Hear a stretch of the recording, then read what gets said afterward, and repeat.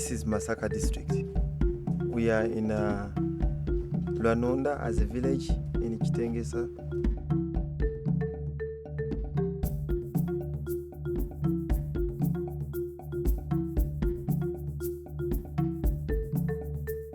Yeah, I'm Imsibwe Daniel, and I'm here at Lwanonda, Kitengesa, in Masaka district, the central part of Uganda.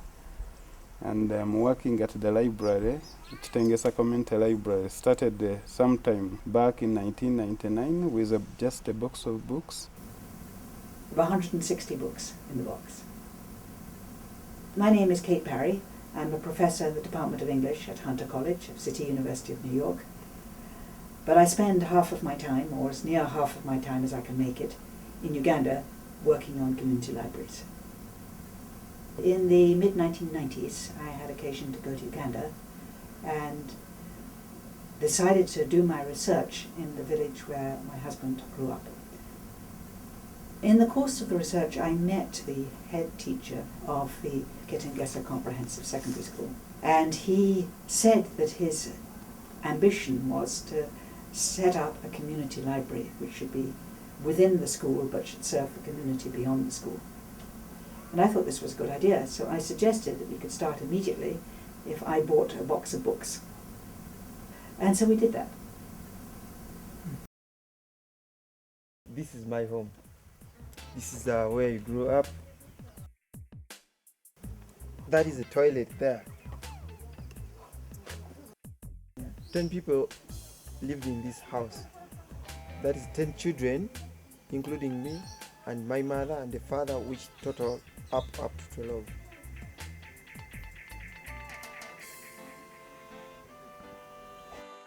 In Kitengesa, we have just received running water a couple of years ago, but we don't have electricity. And people are mainly depend on cultivating, and the income of the people is low, is not that big. The average income of most of the families here is less than $1,000 US, yeah, which makes life not easy. Not much was happening in the way of reading because there wasn't much material to be read. No newspapers, no books. Lots of signboards, but that was all. So the schools here are also relatively poor. Yeah, you will find that in the whole school, for example, the neighboring primary schools, they have about few textbooks with hundreds of kids running around. So now Kitengesa Community Library is intervening in bringing these children to come to the library and access these reading materials. When the library came into place, I was still in the primary, I was in grade 7. And I was still starting up there and didn't know what was taking place over there. And so I went in the library and then asked Mr. Dan about the books that I can read. Of course, he gave me traditional stories, fantasy books. I used to always borrow a book every evening. We work with the schools and we work with these children. So we assess and we see how they progress on reading, and we provide reading materials according to their needs. We started with 160 books in 1999. We now have well over 3,000. For young learners, these are the books we have with few sentences and bigger ones and familiar pictures with what is happening around here, so they can easily relate this to what is at home and what the children at home do. Then as they graduate, they come to big words and then sentences as they grow.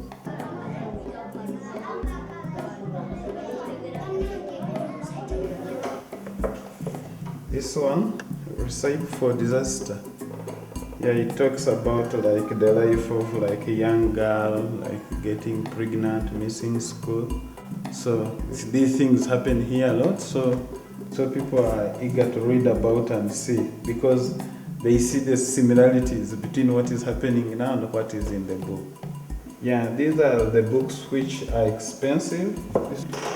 You rarely get them in the schools. We have all the books like this one. I don't think that most schools here you'd find like a dictionary of biology. We receive the newspapers, so it's the only place where people come and access the national newspapers and read what is happening and the markets and all that. There was a little lady hen who lived all by herself in a little house in the woods. I read books for the children aged 3 to 7 years of age. So I fetch their children from the schools and I bring them to the library. So I read the book. Round and around went the silly young fox. Then round and round again, faster and faster. After reading the book, I ask the children questions about the books that I set out. I ask them questions, they answer, and I do it once a week. I think the goal of these reading groups is getting the children to love reading books and putting the reading culture to the children, and they really like it. So now we have 150 primary school children coming to the library every week. The secondary school also has scheduled library. So we've got this regular toing and froing of children, school children, in the library. And then many of those school children come back in their free time and borrow books.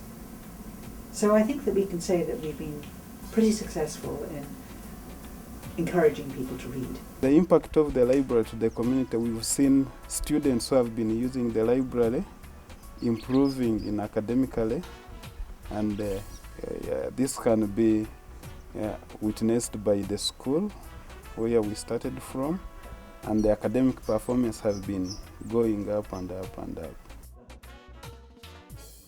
Yesterday I got news that would never happen again. I was accepted in the University of Chambogo in industrial engineering. The library has been a hub of international researchers.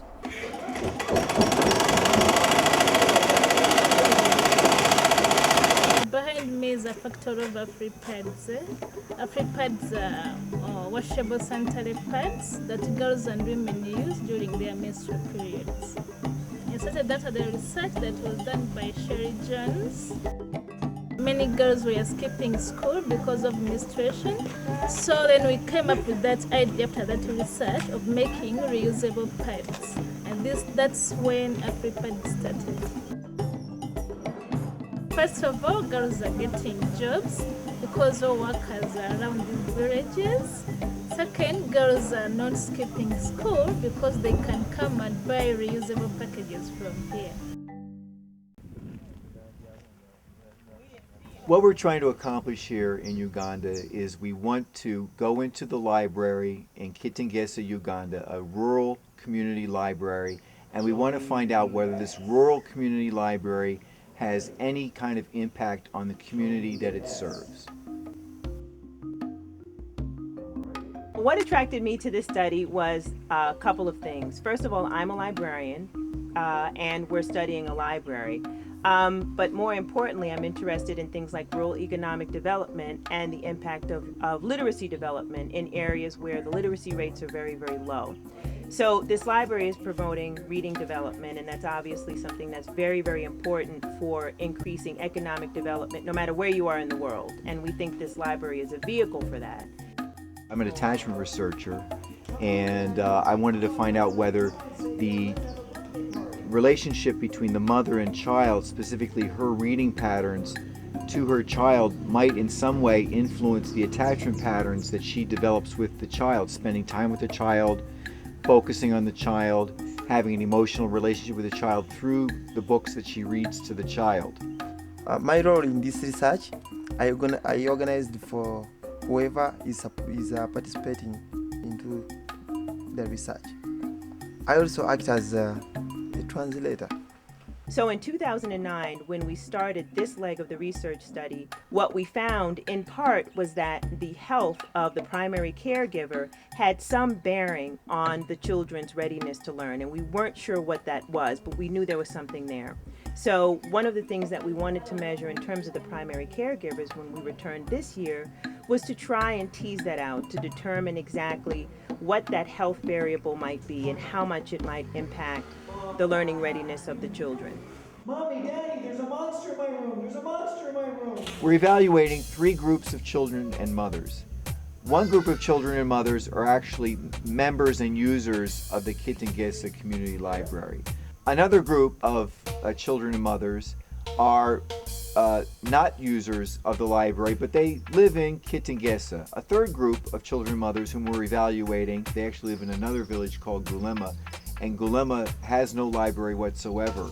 And we wanted to evaluate this reading group that is going to take place over an entire course of a year and compare it to other mothers and children who are not in the reading group, and then compare it to children and mothers who have not even any access to a library. Main goal of the research is comparing the children who are into the reading groups, looking at how reading books for them has impacted their lives by comparing them to those children that we have not been reading books to. The reading group that we're going to be assessing is the storytelling, story acting group. Children tell stories to the group leader who writes them down verbatim, and then later on they actually act them out in front of all the children. So the children get to see the stories that are acted out by the storyteller's story. And the reason why we've chosen this particular methodology is that we feel that the children telling their own stories gets them more acquainted with narrative. They watch the writing taking place, and we're hoping that this will help them gain some kind of interest in reading and reading stories and becoming interested in stories and characters in stories. We hope to expand the program to other community libraries and other places so that the children also get the chance to enjoy this and benefit like the children that are benefiting right now. I think at the end of the day, our goal is really to promote development of a reading culture. And even though historically reading is something that's been associated with the West, we know that you can't separate reading from economic development. And so what we're trying to do on a micro scale is to develop models that we can then use in other rural community libraries in Uganda, in Kenya, Tanzania, Burkina Faso, Ghana, that will serve to promote the development of reading cultures in those villages, and hopefully just develop a love of reading, and that will translate into later success as they grow older and go out into the world. Of course, a whole lot more research has been done, and it all contributes to building up the library's reputation. Yeah, the impact of research has been really positive. Research resulted in like critical thinking of an individual person, how they benefit directly, and now there is an improvement of their businesses and their understanding of their well-being.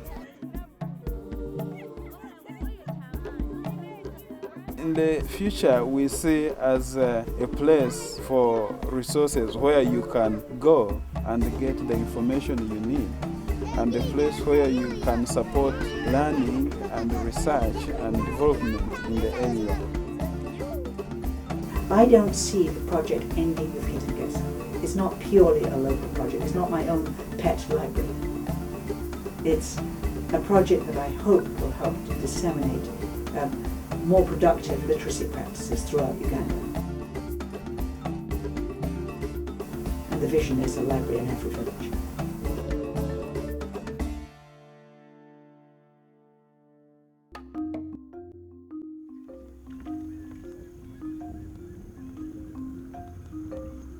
How are you?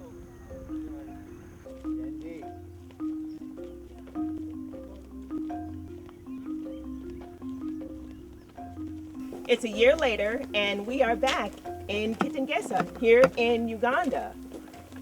We're here to assess these children after 1 year of participation in the storytelling, story acting activity, and we're excited to assess these kids and demonstrate the impact that this activity has had on these children's early literacy skills.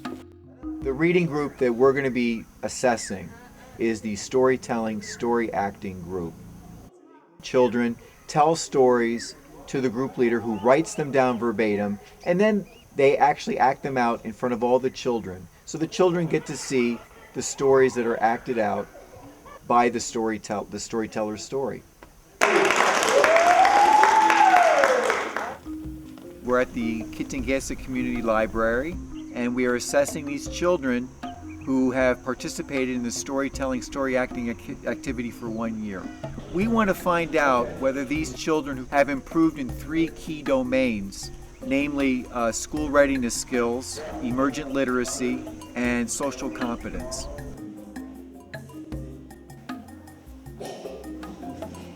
What the storytelling, story acting activity is an opportunity for these children to develop skills in visualizing characters and stories and understanding how characters operate and how they behave toward each other in stories. And we're hoping that will translate into a greater interest and understanding of literacy as they enter into the school. One of the more important aspects of the storytelling, story acting activity is the fact that it caters to the group of children who are pre-literate. So libraries typically are filled with print. And we want this library and other libraries to also have activities that will help children who are not yet reading be better prepared to read. For the time that I have been doing this to the children, I have noticed that it has really been of a great change to their minds and the way they interact with the other people. It gives them a task to think, which means that one the child's brain is working. Right at the beginning of this thing, like reading the books to them and letting them act their stories. Some of these children were very shy and they could not talk like to each other. But after some time, when this thing was carried out, now they managed to realize that they can do something. Musanyufu nnyo, asanyukira buli lwazze alina okunyumya kyalabyeyo kale olunsifu tetubikwata naye nga buli lwavaayo agamba mama twagenze ku library. Emuyambye nnyo kubanga nange kindaga nti obwongo bwe bukwata. Yeah, it's very interesting because when they come here, like Julius reads for them the stories and then they act them, and then all of a sudden they come on their own. They want to pick the book and peruse through the pictures and see and read. So it's really improving a lot. The kids from the reading groups are better prepared for reading, for school, and even like interacting with others, not fearing themselves, expressing themselves to others.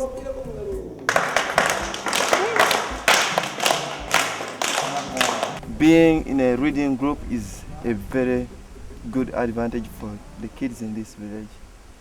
What we hope to do with this project is to replicate it at other rural community libraries all over Uganda. These villages suffer from the same type of impoverished educational settings that Kitengesa does.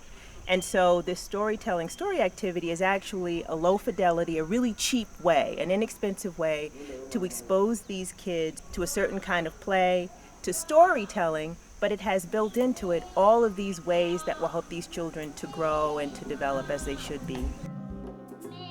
What we'd really love to see happen is this activity being sort of ground zero of a development cycle that will continue throughout these kids' schooling. So they start with a pre-literate activity, that's the storytelling, story acting task. They get this at the library.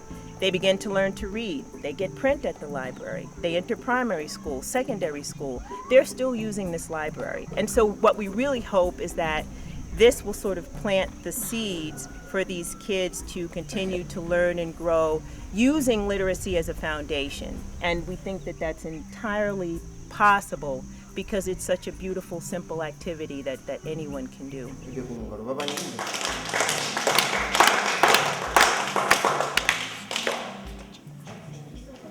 These are the instruments.